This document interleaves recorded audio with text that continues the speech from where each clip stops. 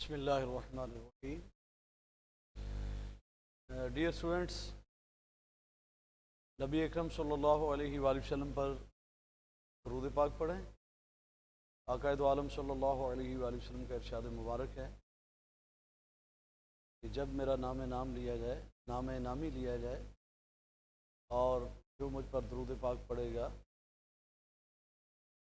اللہ تعالیٰ کی اس پر 10 رحمتیں نازل ہوں گی، 10 گناہ اس کے معاف کر دیے جائیں گے اور 10 درجات اس کے بلند کر دیے جائیں گے. اللہم صلی علی سیدنا محمد وعلی آلہ وسلم. آج تاریخ ہے 11 دسمبر 2020. آج کا ہمارا ٹاپک ہے mechanical components of CNC machines, اور اسپیشلی بال سکریوز جو ہیں ان کے حوالے سے، ان کی ٹائپس اور ان کا کام کیا ہے CNC کمپوننٹس میں. تو سب سے پہلے ہم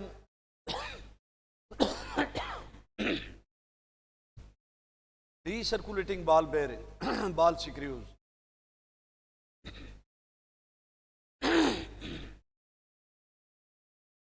دوسری ٹائپ ہے پلینیٹری رولر سکریوز.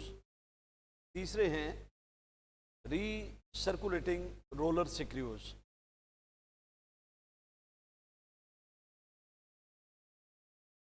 ری سرکولیٹنگ بال سکریوز جیسے کہ فگر میں آپ کو نظر آ رہا ہے، ان کی جو کنسٹرکشن ہوتی ہے،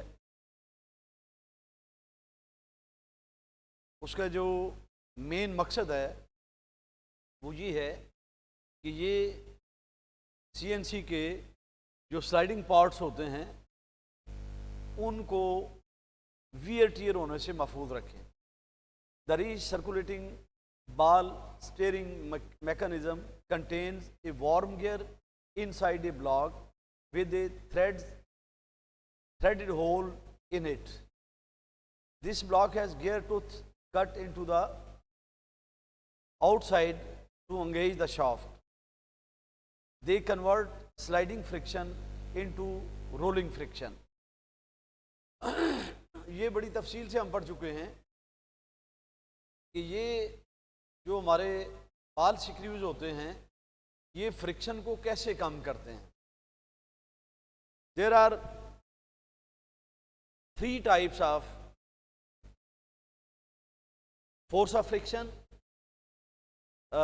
One is the surface to surface contact، جس میں میکسیمم فرکشن فورس ہوتی ہے. چونکہ فرکشن فورس جو ہے یہ ڈائریکٹلی پرپورشنل ہوتی ہے ایریا آف کانٹیکٹ کے. جتنا ایریا آف کانٹیکٹ زیادہ ہوگا اتنی فرکشن زیادہ ہوگی. دوسرا، اگر ہم ایریا آف کانٹیکٹ کو کم کر دیتے ہیں تو اس کا نتیجہ یہ ہوگا کہ فورس آف فرکشن جو ہے وہ کم ہو جائے گی. فورس آف فرکشن کم ہوگی تو ویئر ٹیئر کم ہوگی.